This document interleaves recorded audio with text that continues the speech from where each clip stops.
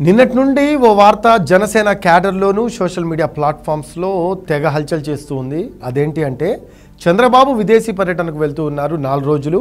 కావున ఆ 4 రోజులు సీఎం పదవి ఉప ముఖ్యమంత్రిగా ఉన్న పవన్ కళ్యాణ్ గారు చేపడుతున్నారు అనేది జన సైనికులు కూడా సమరమాశ్చర్యాలతో హడావుడి చేస్తూ షేర్ చేసుకుంటూ ఉన్నారు. దీని సాధ్యాసాధ్యాలేంటో మనము ఓ లుక్ చేద్దాం. దీని గురించి క్లారిటీ ఇచ్చే ప్రయత్నం చేస్తాను. దిస్ ఈజ్ రఫీ, నమస్తే. ఒక్కసారి మనం మన రాజ్యాంగంలోని ఆర్టికల్ 164(1) ఏం చెబుతుందో మీకు చదివి వినిపిస్తాను. ఆర్టికల్ 164(1)లో the Indian constitution says the chief minister shall be appointed by the governor and the other ministers shall be appointed by the governor on the advice of the chief minister.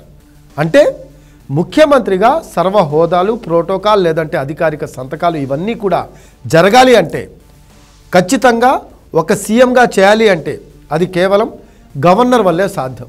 ఆయన ముఖ్యమంత్రిగా ప్రమాణ స్వీకారం చేయిస్తేనే అప్పుడే వారిని అధికారికంగా CM హోదా దక్కుతుంది. అంతేకాని సీఎం అందుబాటులో లేకపోతే డిప్యూటీ సీఎంకి ఆ పదవి దక్కుతుంది అనే రూల్ మన రాజ్యాంగంలో ఎక్కడా లేదు. అది ఒక రోజైనా ఒక నిమిషమైనా గవర్నర్ ద్వారా ప్రమాణ స్వీకారం చేస్తేనే వారినే ముఖ్యమంత్రి అని పిలుస్తారు. ఇలా 4 రోజులకు వేరే దేశం వెళ్తున్నారు కాబట్టి ఆ 4 రోజులు పవన్ కళ్యాణ్ గారు సీఎం అయ్యి చంద్రబాబు గారి ప్రోటోకాల్ అవన్నీ వచ్చేస్తాయి. సెక్రటేరియట్కి వెళ్ళి సీఎం పేషీలో ఉన్న ఫైల్స్ అన్నీ క్లియర్ చేస్తారు అని అనుకోవడం అంత అవివేకం మరొకటి ఉండదు అని గుర్తు చేసుకోవాలి. జన సైనికులు కూడా ముందుగా ఇది గుర్తుపెట్టుకోవాలి. చంద్రబాబు ఇస్తేనో, లోకేష్ ఒప్పుకుంటేనో, పవన్ కోరుకుంటేనో సీఎం కుర్చీ రాదు. దానికి ఎన్నో విధి విధానాలు ఉంటాయి. అది మొత్తం మనం గమనించాలి. ఒకవేళ డిప్యూటీ సీఎంగా కొనసాగుతున్న వ్యక్తి సీఎం అవ్వాలి అంటే కావాలి అన్నా కూడా ఎలాంటి సందర్భాల్లో అయ్యే ఛాన్స్ ఉందో నేను ఇప్పుడు మీకు చెప్తాను. డిప్యూటీ సీఎంగా కుర్చీ ఎక్కాలంటే 4 సందర్భాల్లో మాత్రమే ఆ ఛాన్స్ ఉంటుంది.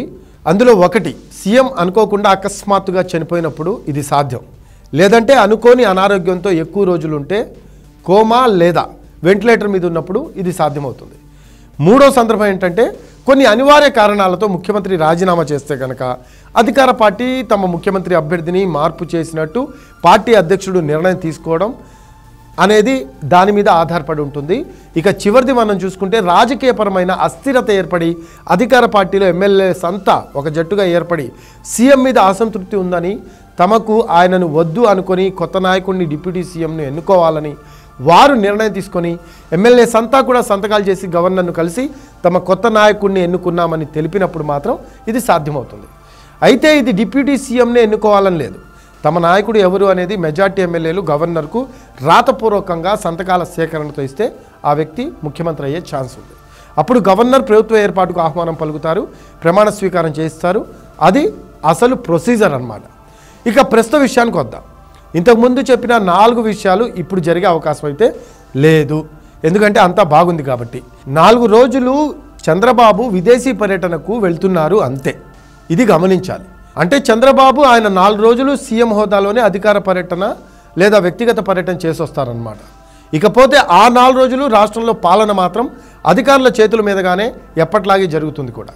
కాకపోతే అంత అత్యవసరమైన సమయంలో మాత్రమే, ముఖ్యమైన నిర్ణయాలు తీసుకునే సందర్భం వస్తే మాత్రమే చంద్రబాబు ఆదేశాల మేరకు ఇక్కడ పవన్ కళ్యాణ్ స్పందించి ఆ సదరు సమస్యను చక్కదిద్దే అవకాశం ఉంది.